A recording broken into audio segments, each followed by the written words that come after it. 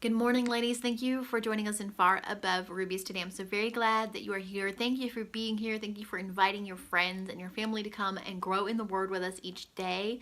I hope if you are enjoying the group that is what you're doing on a regular basis. Today we are focused on Proverbs chapter 12, and we're going to take a quick look at verse 4. I encourage you to go read the whole passage of Proverbs chapter 12 because there's so much to glean from it, okay? Verse 4 tells us this. It says, "A worthy wife is a crown to her husband, but a disgraceful woman is a cancer to his bones." A cancer to his bones.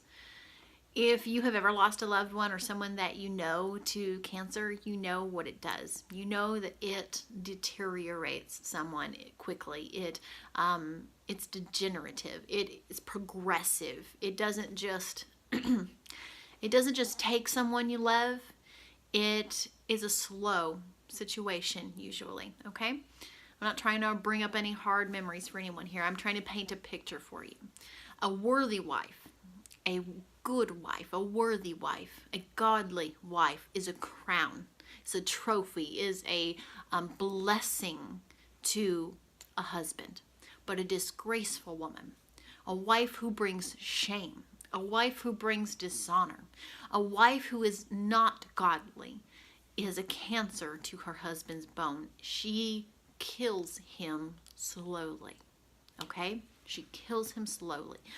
I know there are many single ladies in this group, so bear with me while I talk to wives for a few minutes, and I will talk with you in just a moment, okay? What kind of wife are you? Are you a worthy wife?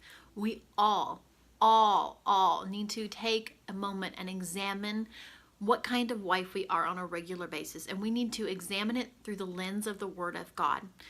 Am I a worthy wife? We're going to talk about Proverbs 31 and what kind of wife that woman is at the end of the month, okay? But am I that kind of wife? Am I a wife who blesses her husband? Am I a wife who brings honor to him? Whenever I'm out and I'm meeting people in my city, when people find out who I am, whenever they say, "Oh yeah, I know your husband," whenever they find out what my last name is, am I in that moment bringing honor to my husband? Or are they going, "Oh, you're his wife. I see."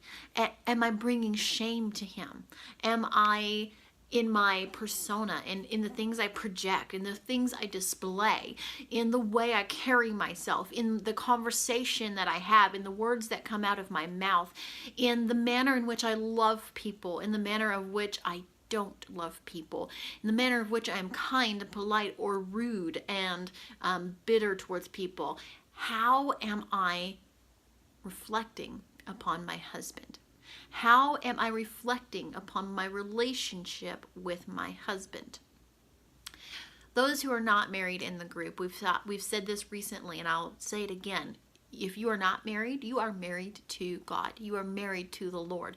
How are you reflecting upon your husband? How are you reflecting upon God when you are out and about in your town? Are you bringing him honor? Are you reflecting well upon him, or are you bringing him shame? Okay?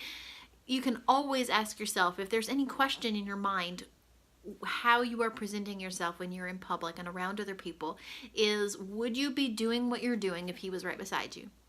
Would you behave the same way, have the same conversation, be in the same scenario if your husband or God were with you physically right then and there? Does it measure up? Does it add up to, yes, I would be proud for my husband or the Lord to know and see physically that I am in this situation, that I am having these words come out of my mouth, how I am interacting with this person? Am I bringing honor, or am I bringing shame? Am I a crown to my husband or the Lord, or am I a cancer to their bones? Whenever my ladies and I at church, whenever we go out as a group, especially out of town, I remind them, some of them are much older than me, and I don't mind sounding a little bit like mom. I remind them, when we are out as a church group, we represent first always God. Then we represent our church, and we represent our husbands, probably neck and neck, church and husbands. But if we're out as a church group, that's what is most recognizable about us, that we are as a church group. I'm representing God.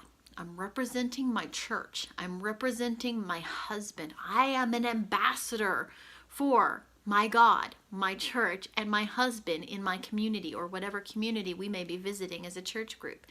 And those things, that knowledge, the weight and gravity of that opportunity are often enough to help us make good decisions. They're often enough to help me, if I'm leading our church ladies somewhere, to be a little more patient when I drive down the road, right?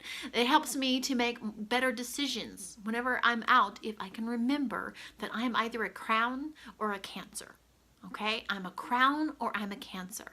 What am I when I represent my husband, my church, my family? What are you?